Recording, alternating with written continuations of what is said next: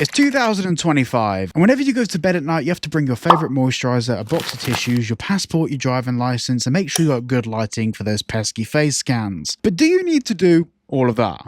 No. In today's video, I'm just going to go through some of the things that you need to know about using VPNs to get around the Online Safety Act, and also some of the legalities around it, because believe it or not, there are laws about it. Of course you knew that, it's the UK, there's laws about everything. So firstly, fundamentally, what is a VPN? Now, to save us all time and to save us all brain power, I'm going to give you the simplest explanation possible. When I connect my phone to my internet router, that has an IP address, which is technically location data. It says that, hey, you're based roughly in this location, in this country, in this part of the world. It can pinpoint where you are relatively accurately, but not necessarily precisely. But the fundamental thing is, at the moment, in the UK, connecting to the internet, the government knows we're connecting from the UK. Now, of course, with the Online Safety Act, there's many websites that we can't visit. And many websites, because there's adult content and some other parts of the websites, the whole website has age restrictions on it overall, which, beyond anything else, is just majorly inconvenient. Now, these websites can't tell you to use a VPN because that has actually been made illegal. These websites promoting the usage of VPNs is considered a violation of the Act overall, and it can cause these websites to face significant fines for even partnering, talking, or having any conversations publicly that promote the usage of VPNs, which, by the way, has financially damaged so many websites, it's unreal. But I don't own any of these websites, so we can talk about it here. Now, with a VPN, you can spoof your location. Essentially, what it does is allow you to connect your phone through the VPN to the internet, and it tells the website that you're on that the traffic is coming from a different location.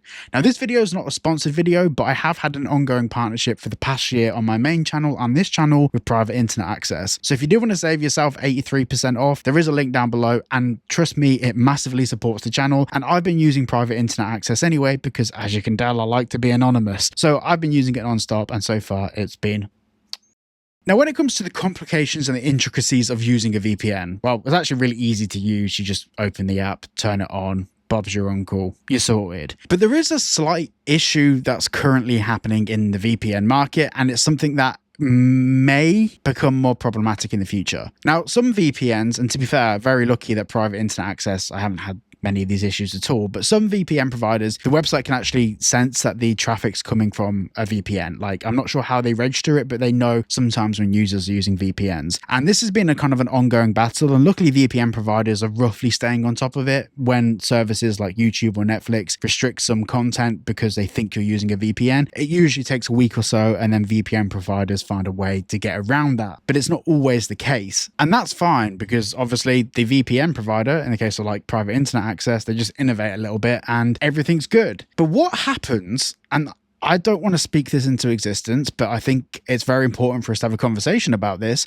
But what happens if the UK make it a law where if they suspect any traffic is coming through a VPN, they have to terminate the access to the website for that individual? Now, in the case of VPNs, it's actually relatively easy. You just change country, you can get back in. But if the UK do decide to bring in a law that prevents people from using VPNs, or at least prevents traffic to websites from VPNs, we have a very serious problem. But at the moment, that isn't the case. So I do recommend getting yourself a VPN. Obviously, the link below does help, but you can get a VPN from anyone you want. And to be honest, it kind of completely undoes the act, since when you're connected to the VPN and you choose any country you want, at the moment, I do all my activity through the US because they don't have any of these restrictions that we currently have. Now, very quickly, I just want to mention some of the other benefits, because there are other benefits other than getting around this authoritarian regime.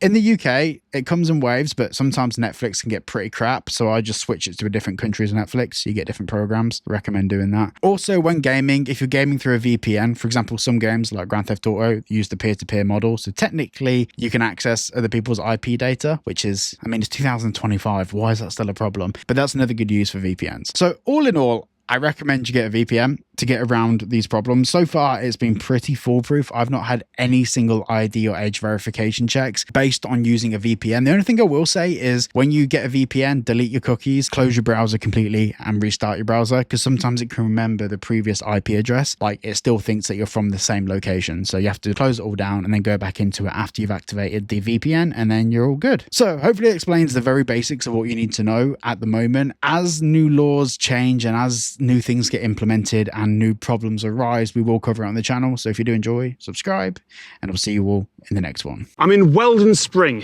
I'm in Yevle. I'm in the abandoned city of Pripyat. I'm inside one of the Inchin Down oil tanks.